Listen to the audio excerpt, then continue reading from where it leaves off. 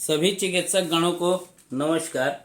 मैं अखिलेश नारायण सिंह आप सभी के समक्ष आज इसलिए प्रस्तुत हुआ हूं कि इलेक्ट्रोहोमोपैथी महाग्रंथ पार्ट 3 मार्केट में आने को तैयार है और इसी संबंध में आज हम सभी चिकित्सक गण जानेंगे कि मैलिग्नेंट क्या होता है, व्हाट इज़ मैलिग्नेंट।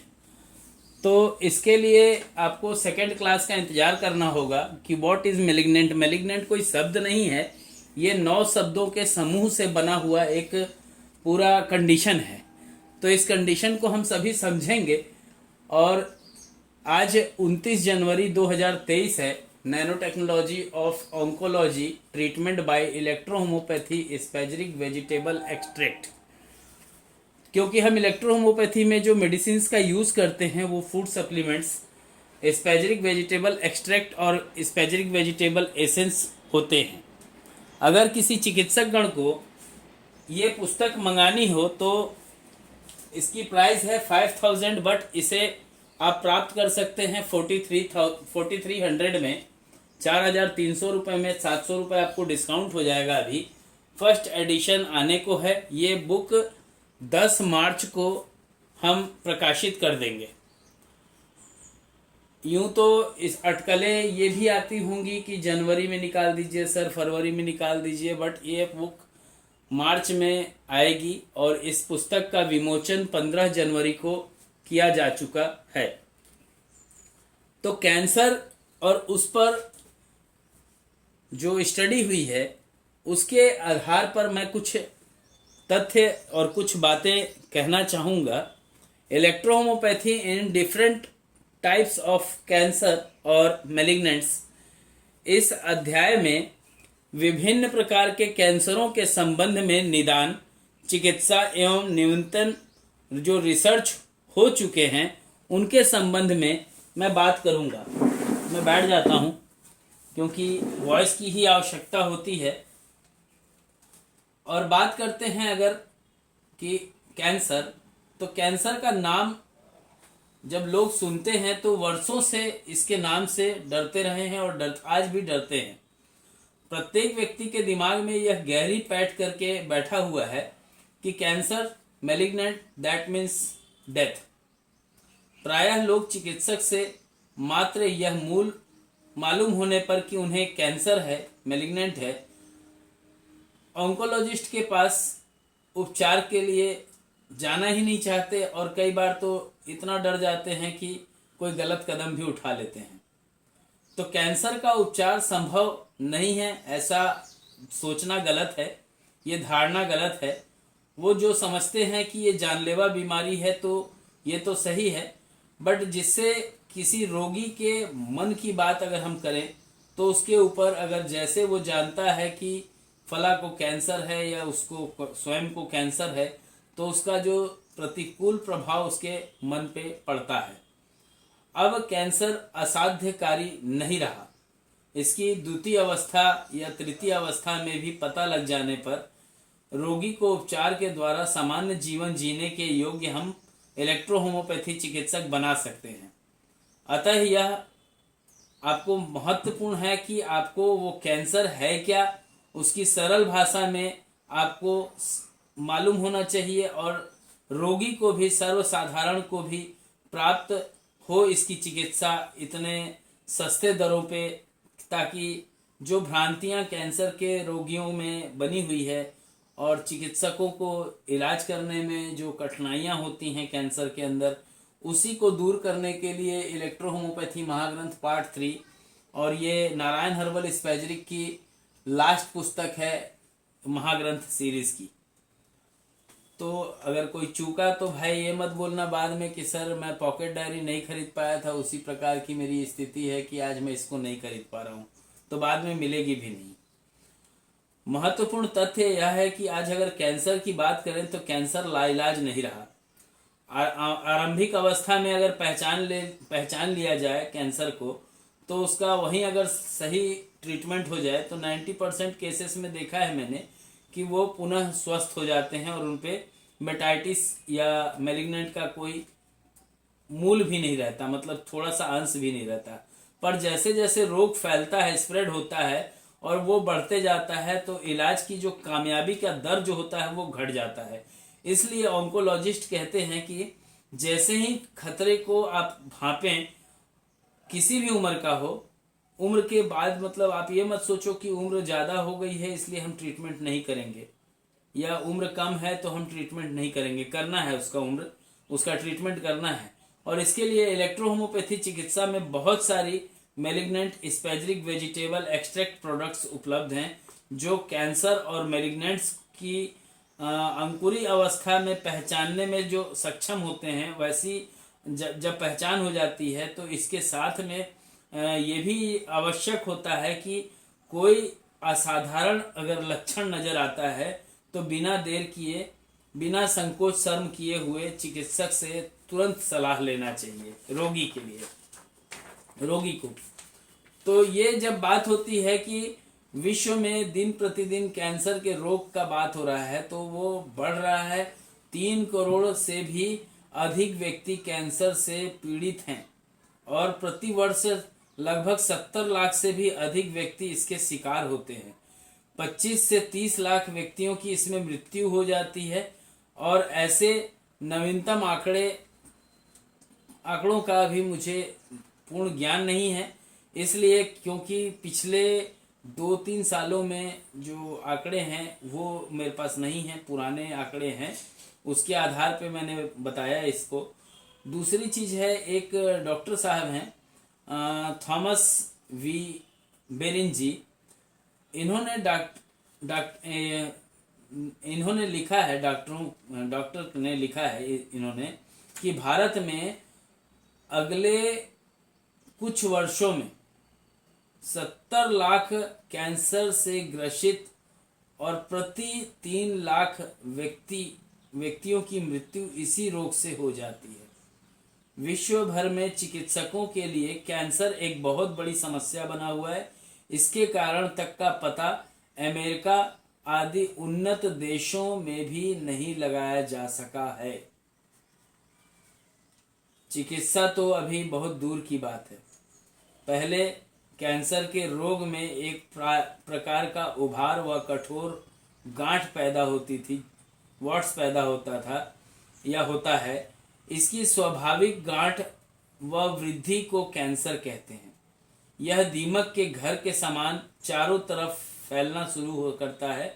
यह पुरानी गांठ, ग्रंथि व पुराने जख्मों में अपने आश्रय बनाकर धीरे धीरे व कई बार बड़े वेग से बढ़ने वाला, बहुत ही तेजी से बढ़ने लगता है। यह चाहे किसी भी अंग में हो, उस अंग की सभी क्रियाएं विकृत हो जाती हैं और वो सभी अंग क्रियाहीन हो जाते हैं। जहाँ पर कैंसर होता है वहाँ पर बड़ी गांठें व सूजन हो जाती है। कैंसर शब्द लैटिन भाषा की अंग्रेजी में आया है।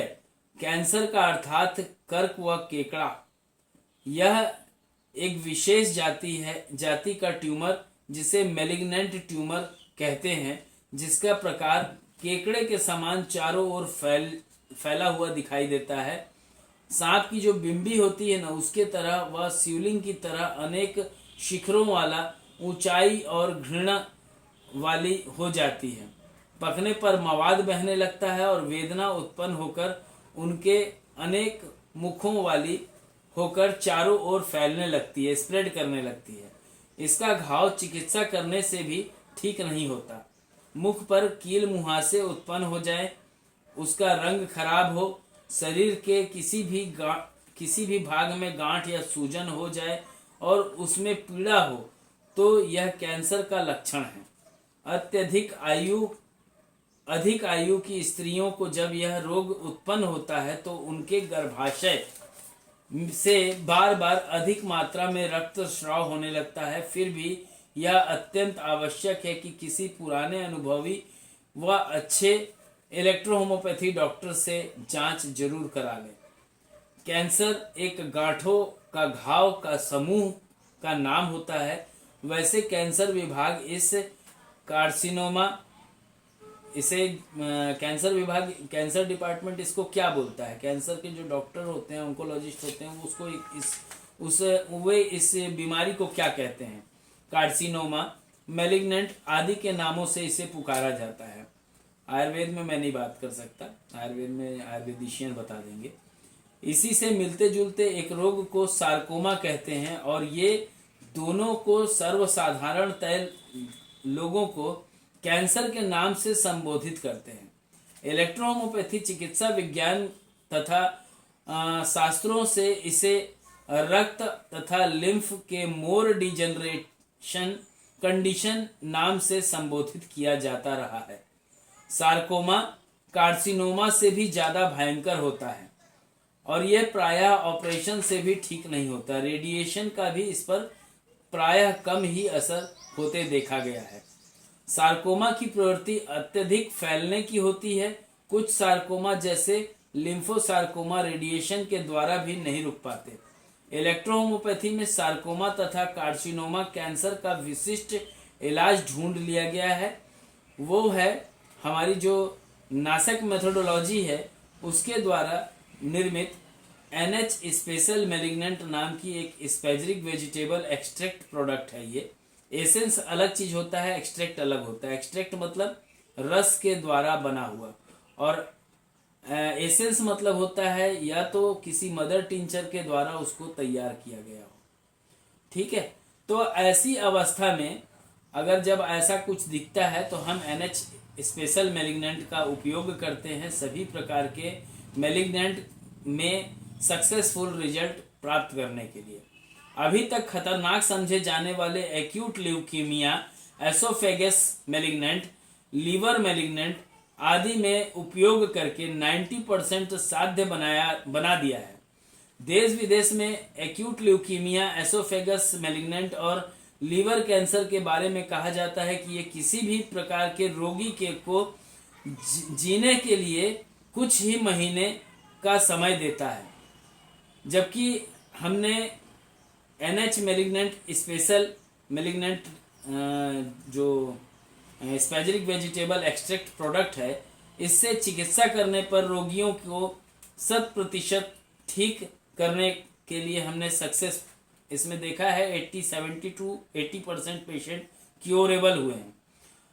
उत्पन्न रोगों जो कैंसर होता है उसको उत्पन्न करने वाले जो कारण होते हैं वो हमारे शरीर का प्रत्येक अंग उसका बहुत सूक्ष्म बना होता है। इन सभी कोशिकाओं का भिन्न भिन्न कार्य होता है। शरीर में ये बिगड़ी रहती हैं और नई कोशिकाएं पुरानी कोशिकाओं का स्थान ले लेती हैं, परंतु जब नई कोशिकाएं पुरानी कोशिकाओं जो मृत कोशिकाओं का स्थान नहीं लेती, तब मृत अथवा अनावश्यक कोशिकाओं की संख्या बढ़ने लगती है। तो इससे शरीर में विषैले फोड़ा उत्पन्न हो जाता है, जिसे हम मैलिग्नेंट कहते हैं। भाई बैठे बैठे पढ़ाना भी बहुत कठिन कार्य है। फोड़ा फैलते हुए शरीर के अन्य भागों में तथा रक्त में पहुंच जाता है। कैंसर होने के अनेक कारण हैं।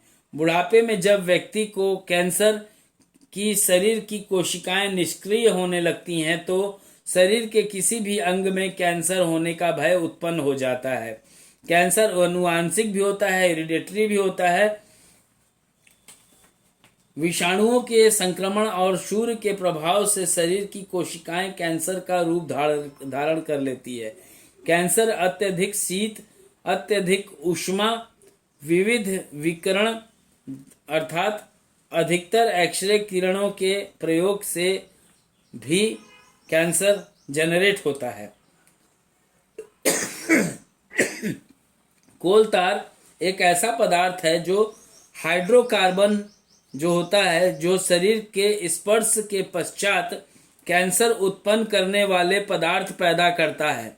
इसी प्रकार कोयले की खानों में जो कार्य करने वाले मजदूर होते हैं, जो कि कोयले के धुएं को श्वास के साथ ले लेते हैं, उन्हें फेफड़े का कैंसर फेफड़े का कैंसर हो जाता है। शरीर के अंदर विभिन्न प्रकार के हार्मोन्स होते हैं जो शरीर के विकास तथा स्वास्थ्य में सहायक होते हैं।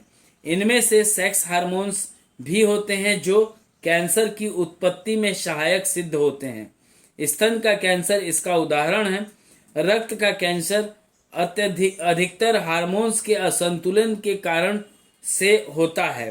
शरीर, अगर हम बात करते हैं 7वें पॉइंट की, तो कैंसर की उत्पत्ति में जीवाणु जो होते हैं वो भी सहायक होते हैं। यह प्रश्न अभी विचाराधीन है, बट आप सभी को ग्राम पॉजिटिव और ग्राम नेगेटिव को भी समझना होगा अगर हमें कैंसर को क्योर करना है तो। इसका मैंने एक स्पेशल इसमें पार्ट बनाया है। कुछ माइक्रोबायोलॉजी अपने प्रोडक्ट की टेस्टिंग रिपोर्ट दर्शाई है और क्यों होती है उन स्पेसिस की आवश्यकता, वो आप सभी को आगे आने वाली कुछ स्पेशल विशिष्ट पुस्तकों के माध्यम से मैं बिल्कुल बताऊंगा। अगर बात करते हैं हम कैंसर के संभावित कारणों की, तो वैज्ञानिकों ने ऐसे अनेक खतरनाक उपकरणों का अभी तक पता लगाया है जिनके कारण कैंसर होने की संभावना बढ़ जाती है। लगभग 80% मामलों में कैंसर हमारे खान पान, धूम्रपान की वस्तुएं तथा हमारे पर्यावरण कार्यशील के स्थान के कारण होते हैं। अतः इन कारणों से हमेशा बचना चाहिए। अनुवांशिक अगर किसी को खतरा हो, जैसे किसी के घर में कोई कैंसर से पीड़ित रहा हो और खत्म हो गया हो, तो ऐसे लोगों में अनुवांशिक कारण हो सकता है कि उनमें कैंसर जनरेट हो, तो ऐसे में बच पाना कठिन होता है। अतः इन कारणों से हमेशा बचना चाहिए। कुछ रासायनिक पदार्थों का सांस के साथ अंदर जाना विशेष रूप से खतरनाक होता है, खासकर उन स्थानों पर जहां हवा का आवागमन ठीक ना हो। इसके अतिरिक्त लॉन और उद्यान में रासायनिक पदार्थों के उपयोग से भी अगर हम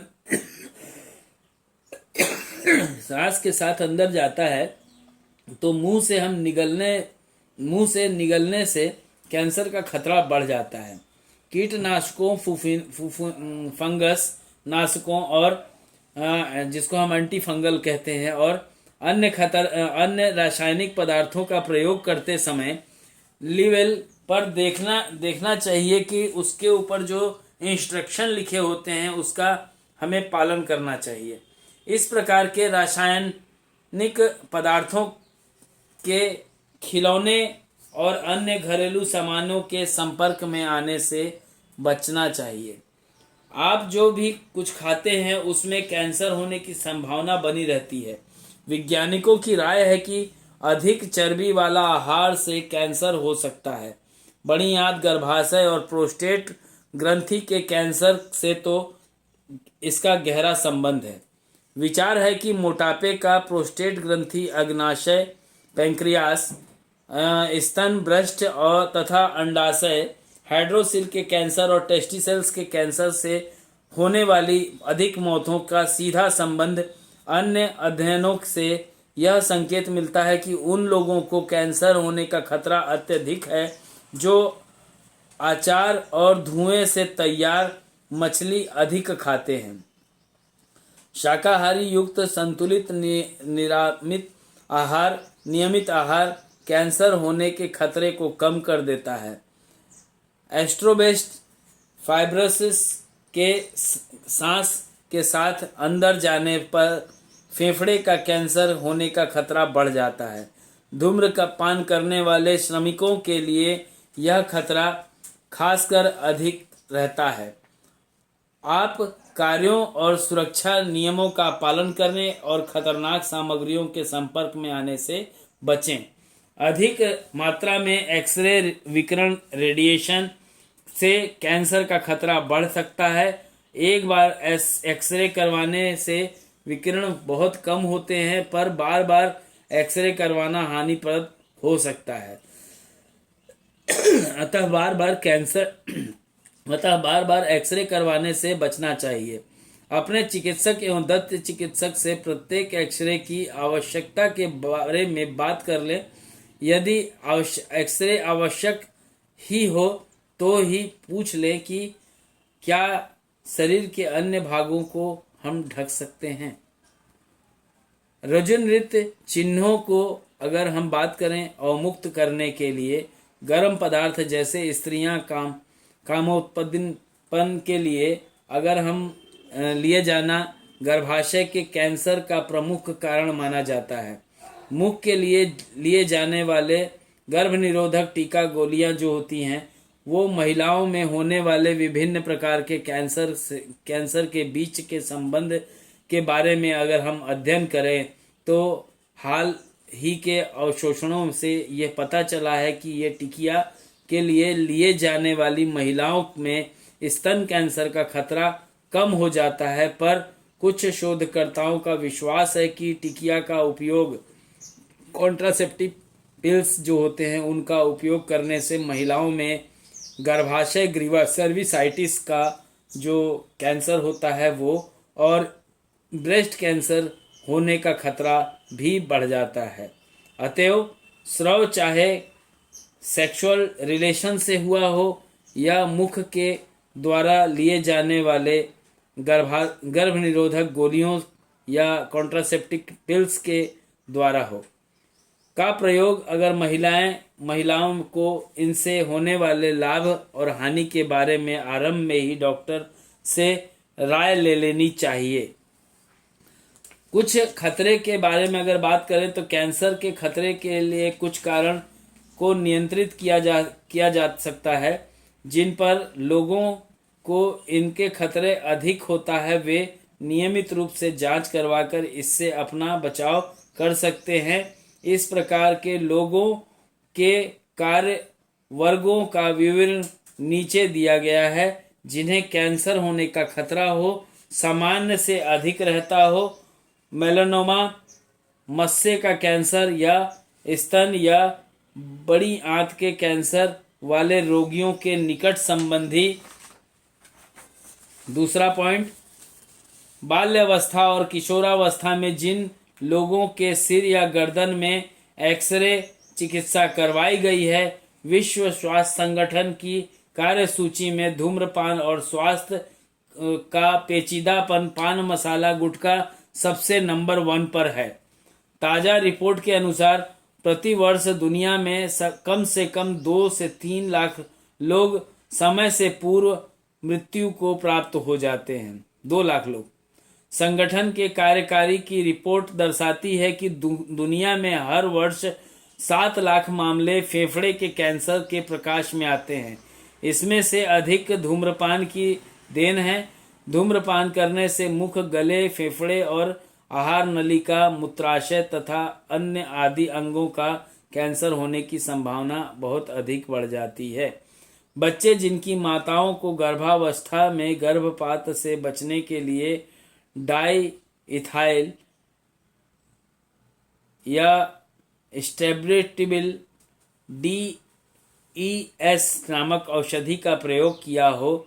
आधुनिक कारणों पान मसाला, तंबाकू, जर्दा का शौक आज हमारे देश के उन हिस्सों में पहुंच गया है जहां सूरज की रोशनी भी अभी ठीक ठाक नहीं पहुंच पाती। किसी भी पान दुकान, जनरल स्टोर में इसके पाउच की लटकी हुई रंग बिरंगी कतारें देखने को आम बात हो गई है। जर्दा युक्त पान मसाला और अन्य स्थानीय के बारे में बात करें तो इसका असर भी पड़ता है और हृदय और धमनियां क्षतिग्रस्त हो जाती हैं। जो लोग इसे गाल या ओठों में दबाकर धीरे धीरे चूसते हैं उनमें इससे निकलने वाले विषैले पदार्थ मैलिग्नेंट को जन्म दे सकते हैं। पान मसाला के सेवन से उत्पन्न दूसरा विकार हो सकता है ल्यूकोप्लूकिया, जिससे मुंह के भीतर अनेक स्थानों पर सफ़ेद सफ़ेद चकत्ते उभर जाते हैं। कुछ अन्य शोधों के अनुसार कुछ रिपोर्टों के आधार पर यह भी पाया गया है कि गर्भपात कराने वाली महिलाओं को बच्चादानी का कैंसर होने के प्रमाण मिले हैं। यही विशेष कारण है कि भारत में और खासकर ग्रामीण क्षेत्रों में बच्चादानी के कैंसर के रोगी बढ़ रहे हैं। महिलाओं के प्रजनन हिस्ट्री की अगर बात करें तो ब्रेस्ट कैंसर का संबंध पहले भी कई बार चिकित्सक वैज्ञानिकों द्वारा स्पष्ट किया जा चुका है कि गर्भावस्था में महिलाओं के स्तन में महत्वपूर्ण बदलाव आते हैं। ऐसे बदलाव प्रसव के बाद शिशु और स्तनपान के समय भी होते हैं। यह भी पाया गया कि जिन महिलाओं की कम उम्र में बच्चा होता है उन में स्तन कैंसर का खतरा कम होता है, पर जिनका बच्चा नहीं होता है उनमें कैंसर का खतरा अधिक होता है। अब यह तथ्य सामने आ गया है कि भारत जैसे कम साधन समझे जाने वाले जो अन्य देश थे उनको भी इस दिशा में कैंसर के लिए अन्य देशों में जितने लोग कैंसर से ग्रसित होते हैं उनमें से आधे केवल एंटीबायोटिक दवाओं के अवैधानिक सेवन से होते हैं। कुछ वर्षों तक भारत में लीवर कैंसर के कम रोगी पाए जाते थे, अब तो इनकी संख्या बढ़ती बहुत बढ़ गई है।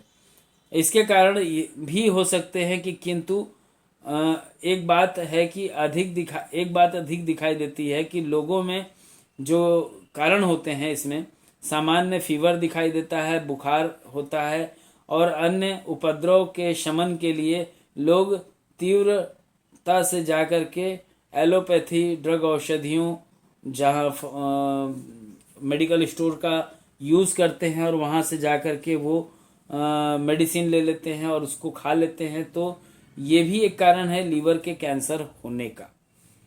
अनाप शनाप अपनी मर्जी से डॉक्टर बन जाना और जिसका ज्ञान नहीं है उसको भी किसी को भी खिला देना, ये ज़्यादातर अपने सिस्टम में होता है। देखे हैं हमने कि डॉक्टर तो है EH का लेकिन काम कर रहा है BH का, AH का बोलना चाहिए, गलत हो जाता है, EH नहीं बोलना चाहिए फिर उसको।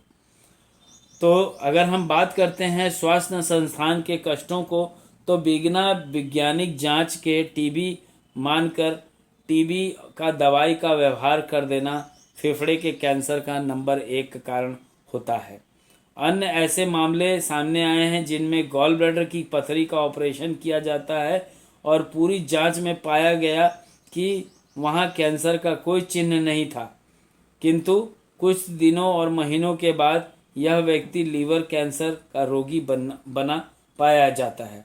लगता है ऑपरेशन के दौरान या फिर उसका घाव भरने के लिए प्रयोग किए गए तीव्र औषधियां विषों ने ही यह कैंसर के उत्पन्न होने में प्रमुख भूमिका निभाई है। अस्थि में आई चोट, बोन्स में आता है जब चोट लग जाता है तो उसकी भी उचित तब तक उसकी ट्रीटमेंट होनी चाहिए जब तक रिपोर्ट एकदम स्पष्ट न हो जाए कि चोट का दुष्प्रभाव निर्मूल हो चुका है। इस बिंदु पर अगर चूक हो जाने पर अस्थि का कैंसर, बोन कैंसर, सार्कोमा, वो एक चीज़ ध्यान दीजिएगा कि अगर कैंसर किसी को होता है तो सारे कैंसर, अगर वो सार्कोमा दिखता है जैसे ब्रेस्ट कैंसर है और उसके अंदर सार्कोमा लिखा, मतलब जो कैंसर है वो हड्डी को टच कर गया और लास्ट स्टेज आ गई। लेकिन अगर यही चीज़ बोन कैंसर में अगर हो रहा हो और सार्कोमा लिख रहा हो तो वो समझा जाना चाहिए कि स्टार्टिंग कैंसर का स्टार्टिंग हो रहा है।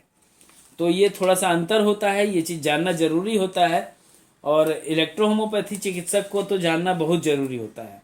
यह एक ज्ञात तथ्य है जो मॉडर्न मेडिकल मेथोडोलॉजी द्वारा नारी रोगी को दूर करने के लिए किया जा सकता है। रोगाणु में ऐसे उपद्रव की अति चिकित्सा और कुचिकित्सा से गर्भाशय ग्रीवा और अन्य नारी संस्थानों के कैंसर हो जाते हैं। मासिक स्राव, कोई रक्तस्राव नहीं है। मासिक दोष के शमन के लिए रक्त स्राव की चिकित्सा का सहारा लेना हमारी मजबूरी हो सकती है, किंतु ये घोर अन्याय भी है। इधर फैशन और कृत्रिम साधनों का प्रयोग भी कैंसर का कारण बन रहा है। दैनिक जीवन में हम अपने अपने वस्त्रों, बर्तनों आदि को धोने के लिए अत्यधिक साबुन, डिटर्जेंट का प्रयोग करते हैं, किंतु कैंसर विशेषज्ञों का कहना है ये कैंसर उत्पादक ही नहीं वरन समस्त शरीर के लिए खतरनाक है। डिटर्जेंट, साबुन और पाउडरों को बनाने में मुख्यतः जो उपयोग होता है liner, benzene, sodium sulphate, alkali sulphate, sulphonate आदि का प्रयोग किया जाता है। इसे बार बार हाथों में लगाने और उसमें खुरदुरापन आ जाता है चर्म रोग भी हो जाता है और कई बार इसके कारण बर्तनों में लगे रहने के वजह से इनके जो कण होते हैं वो भोजन के द्वारा हमारे आमाशय और आंतों में पहुंच जाते हैं और वहां पर ये मैलिग्नेंट हो जाता है। गर्भवती महिलाओं के लिए ये विशेष हानिप्रद होता है। WHO का कहना है कि कैंसर के विशेषज्ञों द्वारा इस बात का प्रत्यक्ष प्रमाण उपलब्ध है कि जो व्यक्ति अत्यधिक गर्म चाय सेवन करते हैं उनको आहार नली का कैंसर होने की संभावना अधिक रहती है। विशेषज्ञों की ऐसी अवधारणा है कि कॉफ़ी पीने वाले को मूत्राशय के कैंसर होने की संभावना का भय रहता है। आजकल एक चीज़ और देखा गया है, अल्कोहल का जो सेवन करते हैं उन लोग जो बोलते हैं कि माचिस मारो और आग लगा करके फायर वाला पियो, तो होता क्या है, उन लोगों को ओसोफेगस का कैंसर होने का संभावना अधिक होता है। विशेषज्ञों में ऐसी अवधारणा है कि आधुनिक आंकड़ों से ये भी स्पष्ट है कि जो व्यक्ति खैनी, जर्दायुक्त और सुरती आदि का उपयोग तंबाकू को पान में मिला के चबाता है, उन्हें ग्रीवा गले का जो कैंसर होता है वो ग्रीवा का कैंसर और फुफ्फुस लंग के कैंसर होने की अत्यधिक संभावना रहती है। इतना ही नहीं, कैंसर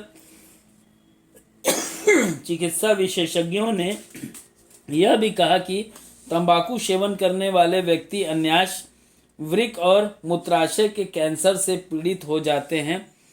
स्पष्ट कारण तंबाकू सेवन से उसका विष फुफ्फुसों, वृक्कों, किडनी और मूत्राशय मार्ग से होकर बाहर निस्सारित होता है।